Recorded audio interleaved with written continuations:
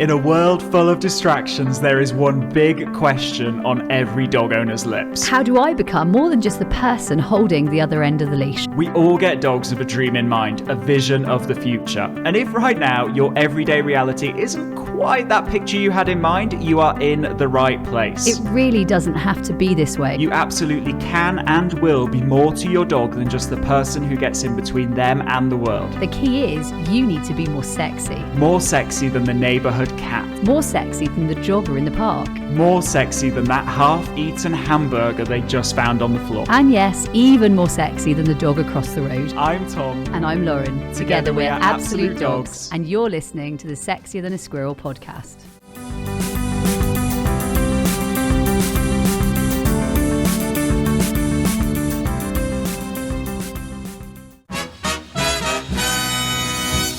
Hello and welcome to this episode of the Sexier Than a Squirrel podcast, the podcast that teaches you how to conquer the environment and get a dog who is well behaved no matter what is going around. Now, multi-dog households, that's our topic of today. We must have been asked, I don't know, 50, 60, 70 plus emails to cover this topic, right? Like this topic is a big one. And both of us live this life. We both have multi-dog households and successful multi-dog households, right? And when it goes well, oh my word, it's like the dream. But you know what? We're aware, because we help a lot of people, we're aware that actually when it doesn't go right, it can be incredibly stressful and for the dogs and for you, right? Huge relationship withdrawal, huge relationship stressor. Actually makes it pretty painful owning a dog, makes it painful to maybe have a visitor come, makes it difficult to have family around, makes like family events like Christmas or birthdays or greetings or gatherings hard work, and actually starts to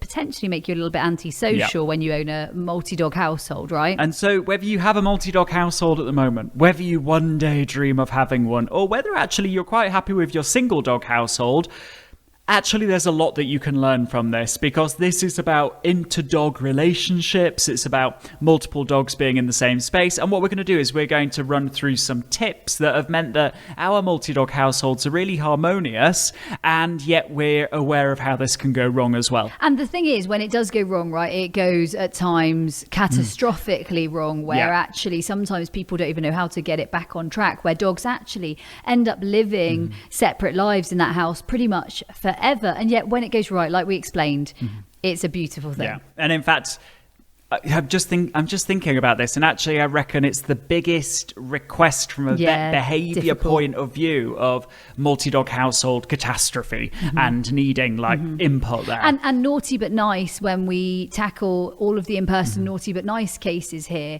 that definitely is the thing, right? Naughty but nice increasingly is dogs behaving within their own household badly, which kind of almost for me feels a little bit insane when we know actually this is so doable, which is why we're so passionate about covering it today. Yeah, absolutely. So what we're going to do is we're going to go back and forth with some tips, and I'm going to start with the controversial but very true statement that is, regardless of the species, high arousal relationships don't last long.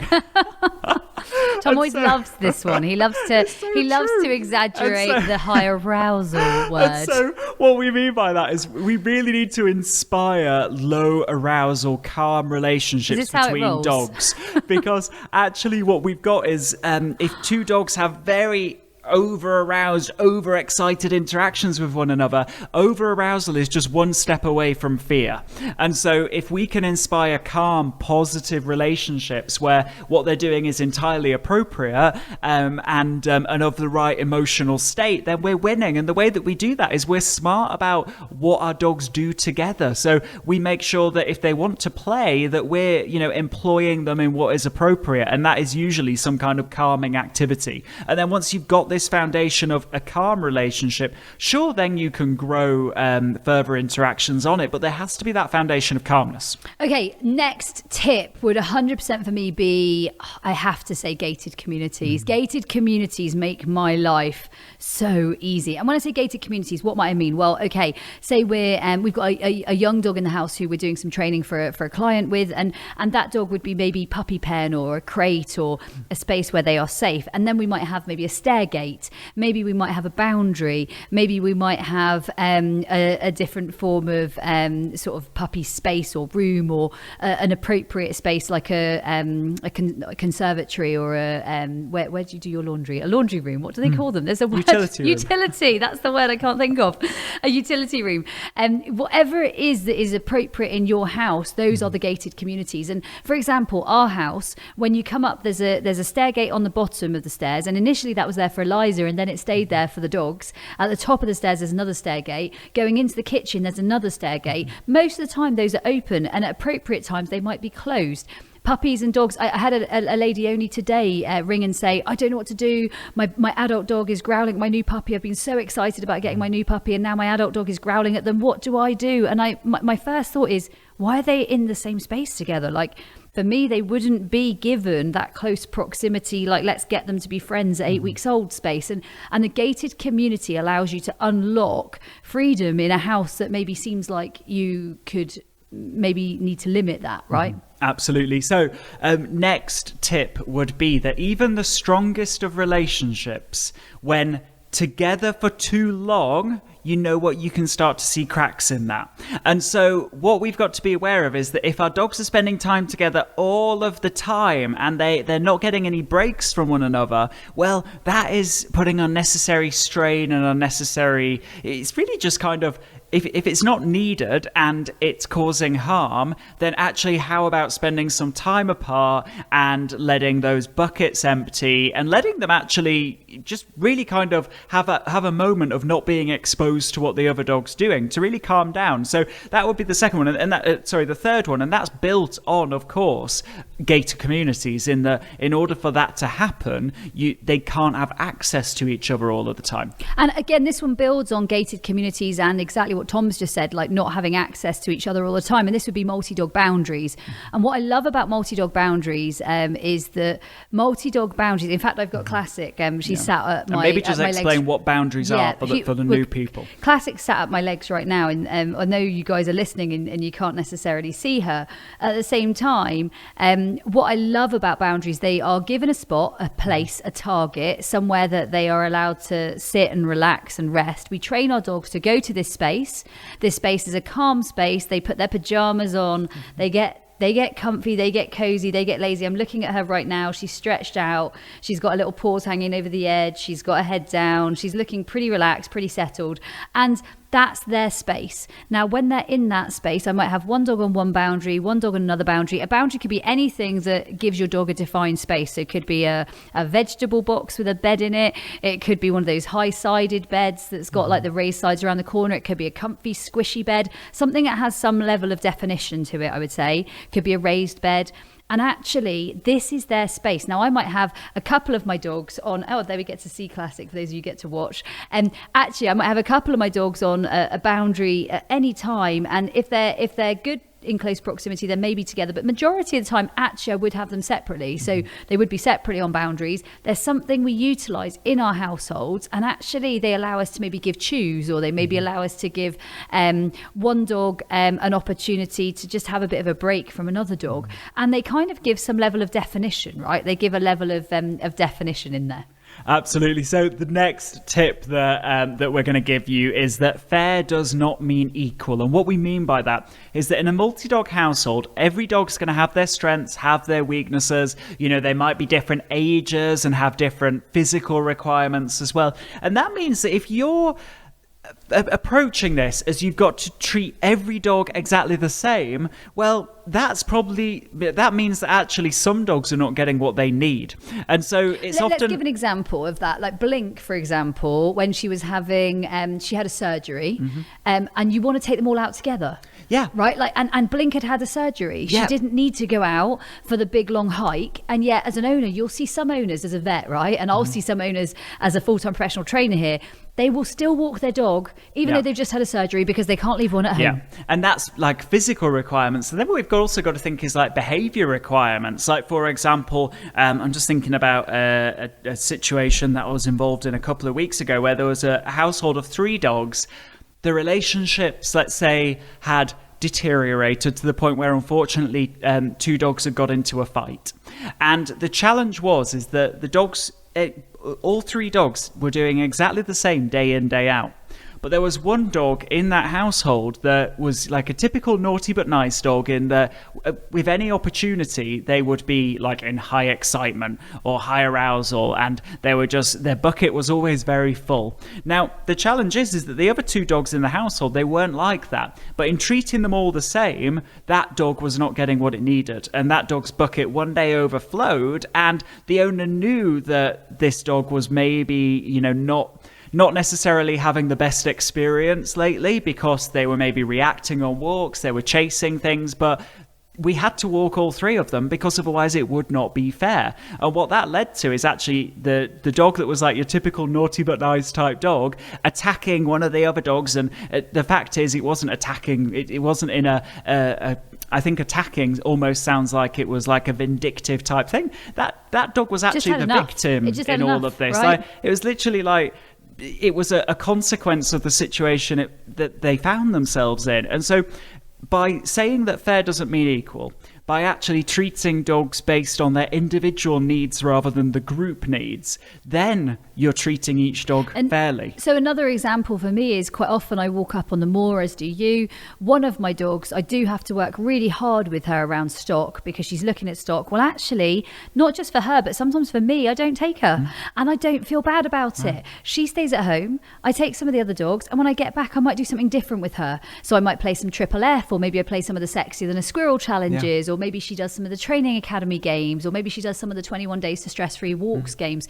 What we don't do is we don't keep putting them all in the same situation just because we feel guilty that they're not all doing the same thing. You actually don't need to feel bad about that. So I suppose there, Tom, there's a level of, within multi-dog households, ditching the routine and ditching the bowl, because actually those 2 allow me to have a fair doesn't mean equal relationship. Yeah, absolutely. And so one of the biggest questions that we get asked is, well, I've got multiple dogs. How do I play these games with multiple dogs? Well, I guess as a starting point, you don't, right? You would play the games with your dogs individually, and this would be built on a foundation of gator communities, of fair doesn't mean equal, of boundary games, of calmness, right? Of boundary games, household calmness, and then you play the games individually, and the other dog hasn't got like crazy FOMO in the other room thinking, oh my god, what's going on? Actually, this is just the way it is. They have separate schedules. And I think that's something that so many people say to us, where do I start? What do I do? Well, those are all of the things we start with, and absolutely those separate schedules we start with, and it's where we go in. We go in at a level that we can do. We don't worry about what we can't do. So for me, one of the first places that I would tackle personally would be boundary games. I'd make sure my house is set up correctly, and I'd go in at boundary games, because those I can play with one dog at a time until I've grown them to the next layer. So next tip would be that a foundation to being able to have a gator community, a foundation to being able to have dogs separate from one another, your dog has to learn something, and that is that just because you are in the house does not mean that they should have access to you.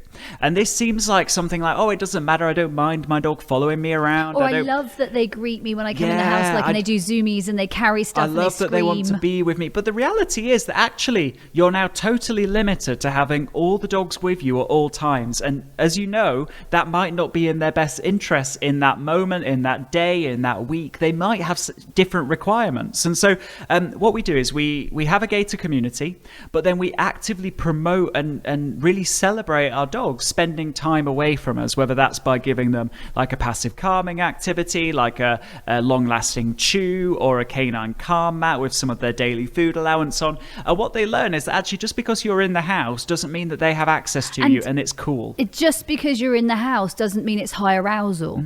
Just because you're in the house doesn't mean they need to be doing like parades and zoomies and bouncing and playing and barking. Actually, you are not a predictor of craziness. You're not a predictor of chaos. And that's exactly how we want to come into the home. And I think, let's be honest, multi-dog households and the struggles that multi-dog households can have, the people that both you and I see, Tom, one of the biggest ones is entering the house. Or leaving the house. Those are 2 big issues for a lot of dogs, whether it's howling and barking and disliking you leaving the house, or whether it's chaos when you arrive in the house and maybe potentially fights or sparky like kickoffs when you get into that premises. That is, I think, purely it's very solvable by actually you come into the house and your first thing that you do is not go crazy about your dog. Actually, as much as we all adore our dogs, it's not in their best interest that we are that's their first focus, right? Like we want to be more of a non-event to them when we're in and out. We come in, if Tom and I had been out for the day, for example, for those of you that don't know, Tom and I don't live together. We train together, we're training partners together, and what we might do is, I don't know, we might have had a long day at work or been out of the house. We pop in, and we maybe have brought our dogs to work with us. They might even sit in the car for 10 minutes before we come in, so we don't make it too predictable all the time. And we live in a place where we can leave them in a car. It's the UK, it's very often cold. Very cold. And we'd come in, and then we might make sure everything's set up. They'll come in, pop them out for a toilet break. We don't make a big deal of it all the time. Make a cup of tea. And in fact, I can bet I know what you're thinking right now, and I know this because I was chatting to an amazing dog owner today in a behaviour consult who said, but the thing is, the idea of my dog not having access to me when I'm home it kind of goes against how I feel, because I'm busy and I don't actually get to spend much time with my dog. And that's so many people, isn't it? And the thing is, that's exactly why we need to do this, because there is this window where we can teach them this, and so therefore especially important that we teach them it, and especially important with multi-dog households where there's like this bucket explosion when an owner is home and they want to have access to you. Just as important, Tom, with a single dog household in lots of ways in this one, because owners don't. I mean, we have owners here training a person all year round, and what I see most commonly is they feel guilty. They feel guilty they don't have enough time. They feel guilty they don't spend enough time. And so what they do is, when they're there, they lavish it on them. But actually, if they were to consider that when they first come in the house, they get on with their own thing first, it's actually much less stressful for your dog, right? It's actually kinder and more in line with training that dog in front of you. And the way that you've got to think is that, I think this is just a great kind of rule of life for working with dogs in general, is dogs are learning all the time. With every interaction, we're growing them in a direction. Are you growing your dog in the direction you want to grow them with every interaction you have with them right now? Or are we leaving it to chance? Because if we're leaving it to chance, the chances are that actually they're growing in a direction that is going to be a relationship withdrawal in the long run, when they're crazy excited and can't think when you come home, or when two dogs get into a bit of a scuffle because the arousal's gone up because you're home. Like that, it seems like things happen by accident, but actually that's just because we as humans are not being intentional about the way that we interact with our dogs. I think that's a really relevant point, the word intentional. I think that we could be so much more intentional about how we interact, and actually just consider it. So really consider it before we do it. Don't rush to do something because that's what you've always done. Actually be intentional about what you want to do and what you want to create. And just like Tom said, dogs are learning all the time. Is it direction you want to grow them in? And are they learning where you want them to? And actually consider sometimes what they are learning. And I think that's the difficult thing. They're learning whether you're involved or not. It's just whether it's the direction you want to go. So with that, they are the tips that have meant that over the years, decades of having multi-dog households, we've had very harmonious multi-dog households. And these are the tips and kind of strategies that have guided thousands of our students with multi-dog households to having harmonious ones when actually maybe they weren't so harmonious. And so what we want you to do is we want you to take action. We want you to grow this. And even if you don't have a struggle right now in your multi-dog household, or you think, you know what, I've got a single dog household and I never want to have a multi-dog household, everything that we have talked about and described in this episode of the Sexier Than a Squirrel podcast is going to be a gift that you can give your dog. It's going to grow your dog in the right direction. It's going to allow you to be intentional. Ultimately, it's very kind to you, and it's kind to your dog, and it's kind to your lifestyle, and it means ultimately your dog will have more freedom, and it means your dog will have more opportunity. So actually it's quite exciting for our dogs. Absolutely. So that was this episode of the Sexier Than a Squirrel podcast. We will see you next time in the Sexier Than a Squirrel podcast, and remember, stay sexy. Hey, before you go, have you taken part in the worldwide Sexier Than a Squirrel challenge? It's a 25-day online video program, huge energy, amazing community, and over 6,000 people are already taking part. The only question is, you know where you are today, where do you want to be 25 days from now? Head to absolutedogs.me/sexy.